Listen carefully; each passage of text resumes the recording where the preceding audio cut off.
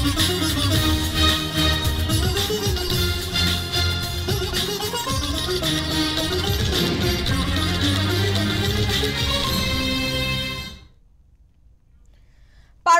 শক্তি ব্যবহার করে ভারতকে ধ্বংস করার সরাসরি হুমকি দিলেন পাকিস্তানের সেনাপ্রধান ফিল্ড মার্শাল আসিম মুনির।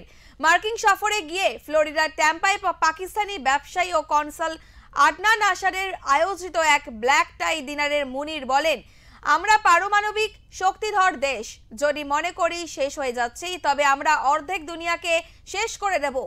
2 মাসের মধ্যেই দ্বিতীয়বার আমেরিকা সফরে গিয়ে মুনির ফের ভারতের বিরুদ্ধে জলসম্পদ ইস্যুতে আগ্রাসী ভাষণ দেন। সিন্ধু নদীর ওপর ভারত যদি বাঁধ তৈরি করে পাকিস্তান তা ক্ষেপণাস্ত্র দিয়ে উড়িয়ে দেবে বলে হুঁশিয়ারি দেন তিনি। তার ভাষায়, সিন্ধু নদী ভারতের সম্পত্তি নয়, আমাদের ক্ষেপণাস্ত্রের কোনো অভাব নেই।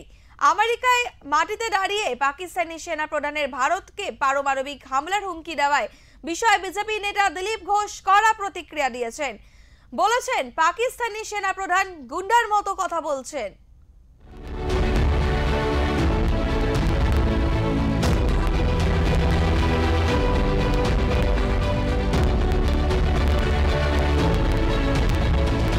पाकिस्तान का सेना प्रधान जो है ये गुंडा ऐसा बात करते हैं और है भी वो गुंडा, एक टेररिस्ट है, उनसे और क्या आशा कर सकते हैं।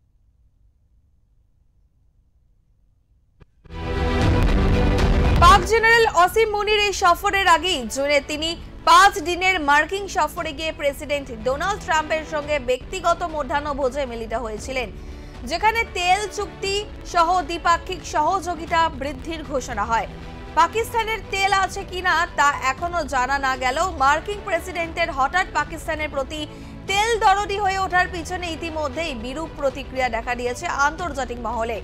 তবুও সন্ত্রাসবাদ মদতকারী দেশের প্রতি ট্রাম্পের প্রীতির মধ্যেই অন্য অভিসন্ধি দেখছে দুনিয়া।